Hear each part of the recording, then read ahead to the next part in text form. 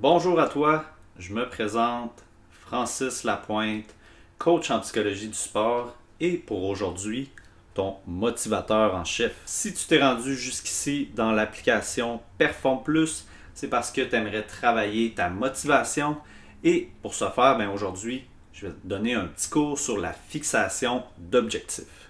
Savoir se fixer des bons objectifs, c'est une science et aujourd'hui, je vais faire en sorte que tu deviennes vraiment un scientifique de la motivation et de la fixation d'objectifs.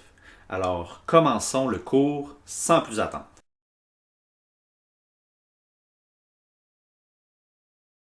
J'aime dire que les objectifs, c'est un peu comme un GPS. Donc, ils vont t'aider autant de un à savoir quelle action effectuer pour t'aider à te rendre à ta destination finale et de deux à t'aider à passer à l'action en te motivant davantage. Autrement dit, lorsque tu connais ta destination finale, lorsque tu sais où tu veux te rendre, ça va être plus facile de déterminer quels sont les petits objectifs que tu vas mettre en place pour t'aider à te diriger vers cette destination-là. Avant de poursuivre, j'aimerais davantage te convaincre de toute l'utilité de se fixer des objectifs. Pour faire ça, je vais te donner quelques résultats qui ont déjà été rapportés dans des recherches en psychologie et dans d'autres domaines sur les effets positifs de se fixer des objectifs, se fixer des buts. Parmi les effets positifs de la fixation d'objectifs, on rapporte que ça peut avoir comme effet positif d'améliorer la performance, d'augmenter la force, la performance en fait dans des épreuves de force, donc de se sentir plus fort. Ça augmente aussi les affects positifs. Là, on parle autant d'émotions que de sentiments. Ça va aider à diminuer la peur de l'échec et ça peut aussi aider, dans le cas d'une blessure, à adhérer au programme de réhabilitation. C'est-à-dire que lorsque tu te blesses dans un sport, tu vas avoir un programme de réhabilitation donné par un physiothérapeute ou un spécialiste d'un autre domaine, peu importe le domaine, et de te fixer des objectifs va t'aider à adhérer à ce programme-là. Et donc, par le fait même, ça va t'aider à te rétablir de ta blessure puisque tu vas suivre le programme. Ils peuvent aussi avoir des effets négatifs s'ils sont mal choisis, c'est-à-dire que le fait d'avoir un objectif qui est trop difficile ou qui est irréalisable peut mener à un sentiment d'impuissance. Donc, tu te sens incapable d'atteindre ton objectif. Puis, ça peut faire en sorte d'amener des émotions négatives comme du découragement, de la colère et d'autres.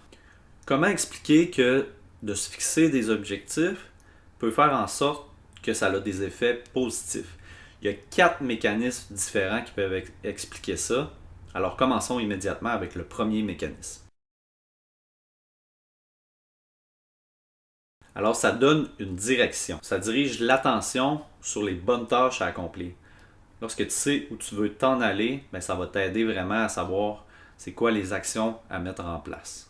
Dans le but de bien illustrer le tout, j'aime bien faire la comparaison avec un réalisateur de film qui arriverait sur son plateau de tournage sans trop savoir si il a les bonnes ressources, donc si ses acteurs vont être présents, s'il aura les bonnes ressources matérielles ou financières, et qui veut commencer en fait à tourner son film avec une idée vague aussi du scénario, sans trop savoir où il s'en va en fait. Ça va mener à une situation qui va être chaotique, ça va être difficile de faire un résultat qui va être réussi et qui va se tenir en place. C'est la même chose dans le sport. Si tu ne sais pas trop où tu veux t'en aller avec ça, qu'est-ce que tu veux accomplir, qu'est-ce que tu veux faire, tu vas aller t'entraîner sans trop savoir ce que tu vas faire, sans trop avoir de plan.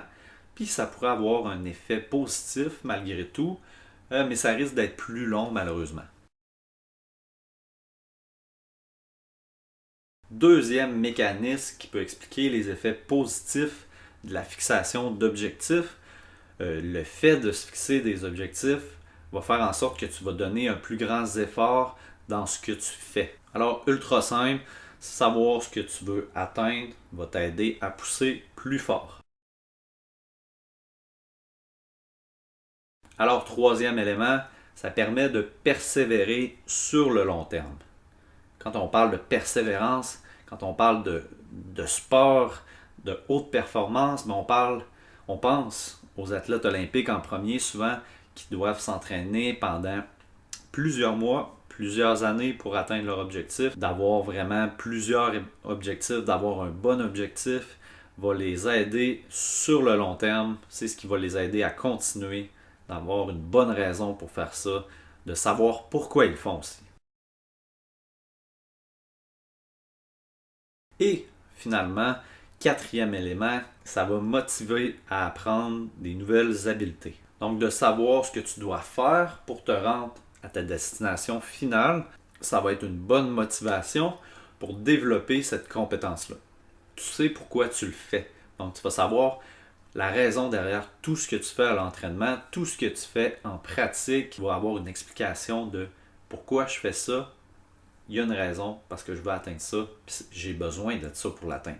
Exemple spécifique à l'escalade, tu aurais peut-être besoin de travailler ta souplesse si tu veux atteindre un certain niveau, peut-être faire ta première V8 ou si on parle d'escalade de voie, mais peut-être faire ta première ascension de 5.12. Donc pour atteindre ces objectifs-là, tu vas avoir besoin de certaines compétences. Alors voilà pour les 4 éléments qui peuvent expliquer les effets positifs de la fixation d'objectifs. Maintenant que tu connais un peu plus les effets positifs de la fixation d'objectifs, on va maintenant regarder ensemble la méthode pour bien le faire. On va utiliser la méthode SMART que je vais décortiquer avec toi. Chaque lettre a une signification.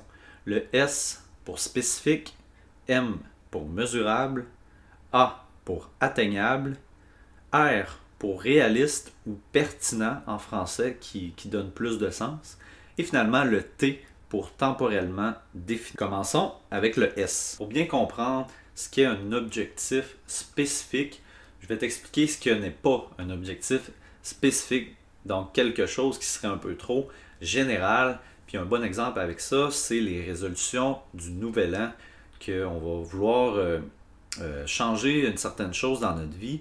Puis souvent, les objectifs vont être vraiment trop général, comme par exemple faire plus de sport, bouger plus, arrêter de fumer, être plus en forme, maigrir. En escalade, un objectif spécifique pourrait être de faire un certain niveau de difficulté, une V8, une 5.12 comme j'ai mentionné précédemment. Un autre exemple spécifique pourrait être de compléter 2 voies ou 2 problèmes lors d'une compétition. Si tu en as complété seulement un lors de la compétition précédente, mais ça pourrait être une amélioration d'en compléter 2. Deuxième lettre, l'objectif doit être mesurable et normalement un objectif qui est spécifique et mesurable. Donc, ce sont deux aspects qui vont aller généralement de pair. Qu'est-ce qui est mesurable? On a besoin d'un chiffre, on a besoin d'une statistique, d'une mensuration physique, d'un temps de performance, d'un nombre de réalisations, d'un nombre de fois spécifique. Donc, ça nous prend un chiffre. Ton objectif, il doit aussi être atteignable. C'est-à-dire qu'il ne doit pas être irréaliste, c'est-à-dire trop éloigné de ta situation actuelle, trop difficilement réalisable, parce qu'on ne veut pas que tu sois découragé. On veut que tu sois motivé. Mais il doit aussi être difficile. Donc, suffisamment difficile pour te motiver, pour te pousser à l'action et te donner le goût de travailler fort. Te dire que tu veux courir un marathon si tu n'as jamais couru de ta vie, puis que tu veux faire ça d'ici 2 mois, ben ça peut être difficilement réalisable. D'un autre côté, si tu as déjà fait un demi-marathon, tu veux faire un marathon, ben peut-être que 2 mois c'est réalisable si tu travailles fort. Ensuite, l'objectif il doit être réaliste ou pertinent. Le mot pertinent s'applique davantage en français, c'est-à-dire que pourquoi tu utiliserais cet objectif-là, en quoi c'est important pour toi et en quoi le gros objectif est important pour toi et en quoi les petits objectifs dessous vont t'aider à atteindre cet objectif-là à long terme. Un objectif qui est important pour quelqu'un ne sera pas nécessairement important pour quelqu'un d'autre. Par exemple, pourquoi d'améliorer mon cardio va m'aider à grimper une V8? Au final, pour cet aspect-là, la question à se poser, c'est est-ce que c'est utile pour atteindre mon objectif? Et finalement, ton objectif il doit être temporellement défini dans ton agenda. Ça prend un temps. Tu dois savoir pour quand tu veux atteindre ça, pour quand tu veux que ce soit réalisé. D'ici la fin de l'année, lors de la prochaine compétition, à la fin de la saison. Puis ça, c'est très important parce que ça va permettre de tout planifier les actions d'ici là, comment tu vas placer chacun de tes objectifs dans ton agenda, chacune de tes séances d'entraînement, tous ces éléments-là vont être placés de façon stratégique en fonction de où tu termines. Est-ce que c'est dans 1 an? Est-ce que c'est dans 6 mois? Est-ce que c'est dans 1 mois? On parle de la fin et on planifie. Alors voilà pour la méthode SMART.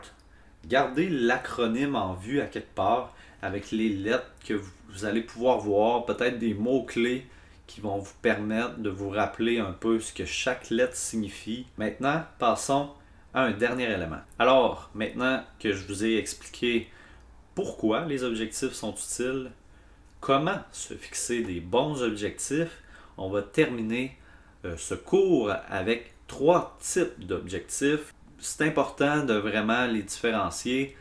Il y en a un qui n'est pas très optimal à utiliser. Les 2 autres sont préférables et ils vont être utilisables de façon différente. Tout d'abord, les objectifs de résultat. C'est souvent des objectifs que tu n'as pas le contrôle absolu sur tous les éléments.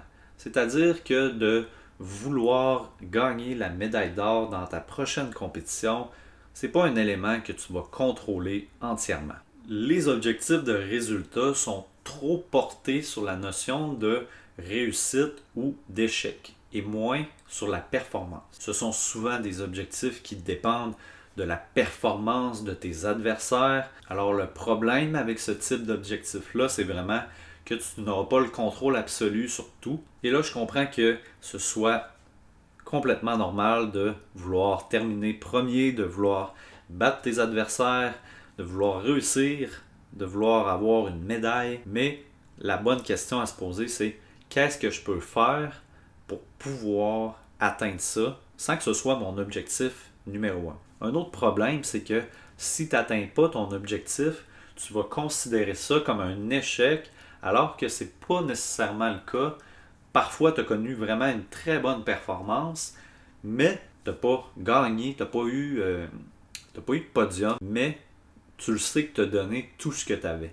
Alors, on va plutôt essayer de se fixer des objectifs de performance. Ce sont des objectifs qui sont semblables aux objectifs de résultat, mais qui sont davantage axés sur des choses que tu contrôles. Les actions des autres vont généralement avoir peu d'impact sur ce type d'objectif. Par exemple, en escalade, ça pourrait être la réussite de ta première V5. Tu vas probablement avoir tendance à te fixer des objectifs de résultats si tu n'as jamais vraiment fait de planification et de fixation d'objectifs à long terme. Alors j'aimerais ça que tu te poses les questions suivantes qui vont t'aider à trouver vraiment un bon objectif de performance. Demande-toi, qu'est-ce que je pourrais faire qui est en mon contrôle et qui me permettrait d'atteindre cet objectif-là? En escalade, par exemple, peut-être que pour gagner la compétition, tu crois que si tu complètes 5 blocs ou 5 problèmes différents ou encore 5 voies différentes, ben tu crois que tu as de bonnes chances de gagner la compétition. Mais c'est préférable de te fixer cet objectif-là. De cette façon, si tu réussis vraiment à compléter ces 5 problèmes-là ou ces 5 voies-là, mais que tu ne gagnes pas, tu devrais être satisfait de toi malgré tout. Finalement, les objectifs de processus vont t'aider à atteindre ton plus gros objectif et ils vont être 100% en ton contrôle. Par exemple, tu veux réussir ta première V5 et tu sais que tu dois travailler certaines choses pour la réussir. Par exemple, ta souplesse. Peut-être que tu vas avoir besoin de travailler davantage ton équilibre et donc de faire 45 minutes d'entraînement quelques fois par semaine, peut-être 2 ou 3 fois par semaine, pour travailler vraiment des exercices spécifiques pour travailler l'équilibre. Peut-être que tu vas avoir besoin de grimper 3 fois par semaine parce que tu as besoin de faire quand même du volume si tu veux dépasser, si tu veux t'améliorer. Et finalement, ben, tu as déterminé que pour t'améliorer, pour te permettre de réaliser cette V5-là, ben, tu vas avoir besoin d'avoir davantage de force au niveau des avant-bras et des doigts. Ben, tu pourrais faire du campus board ou du hangboard 2 fois par semaine. Fait que vraiment, ces objectifs-là que je viens d'énumérer, ce sont les objectifs de processus, tandis que l'objectif à long terme, celui de faire une V5, ça va être ton objectif de performance. Alors, avant de te laisser aller découvrir le document que j'ai préparé pour toi, un document préparatif, un document de comment se fixer des objectifs avec des exemples que j'ai faits pour toi. Dernière chose à dire que je trouve importante, tout d'abord, c'est important pour se fixer des objectifs d'être capable de reconnaître autant ses forces que ses faiblesses. Tes faiblesses seront tes priorités parce que c'est les éléments que tu dois travailler le plus fort pour t'améliorer. Puis pour connaître tout ça, connaître tes forces et faiblesses, parfois ça peut être nécessaire de demander à des proches, des coéquipiers, des amis ou encore peut-être de te filmer puis de regarder ensuite sur vidéo, ça pourrait t'aider à bien identifier des petites subtilités que tu n'étais pas capable vraiment d'identifier sinon. Tu peux aussi traîner avec toi un calepin qu'on va appeler un journal d'athlète où tu vas noter des petites observations durant que tu t'entraînes, durant que tu fais ton sport. Qu'est-ce que j'ai bien réussi aujourd'hui? Qu'est-ce qui a été plus difficile? Ce serait quoi les priorités à travailler? Fait que tu peux répondre à ces questions-là en t'entraînant. Puis c'est important vraiment de mettre son ego de côté quand on identifie nos forces et faiblesses. C'est peut-être dur pour l'ego, mais essaie de mettre ça de côté puis d'y aller vraiment de façon honnête, de reconnaître vraiment, ok, là-dedans, ouais, non, je suis pas très bon là-dedans dans le fond. Et dernière petite chose, ne pas atteindre son objectif, c'est pas synonyme d'échec selon moi. Il faut que tu utilises ça comme une source d'information, une source d'apprentissage. Qu'est-ce que je dois faire de différent pour l'atteindre peut-être l'année prochaine ou peut-être modifier mon objectif puis le faire différemment. Alors maintenant, tu peux aller ouvrir le document PDF que j'ai joint à cette vidéo. J'ai fait pour toi un exemple de graphique pour t'aider à planifier tes prochaines semaines, t'aider à trouver des bons objectifs. Bien sûr, j'ai donné des exemples. Ces exemples-là sont vraiment à titre instructif pour te donner des idées, pour te permettre vraiment de comprendre aussi où sont les objectifs de performance, où sont les objectifs de processus. Et surtout, si tu as des questions, n'hésite pas à m'écrire. Je suis disponible pour toi. Tu peux m'écrire sur ma page Facebook, Instagram ou sur mon site internet francislapointe.ca. Alors, bonne fixation d'objectifs. Fais en sorte d'être motivé, reste motivé, t'es capable. À bientôt.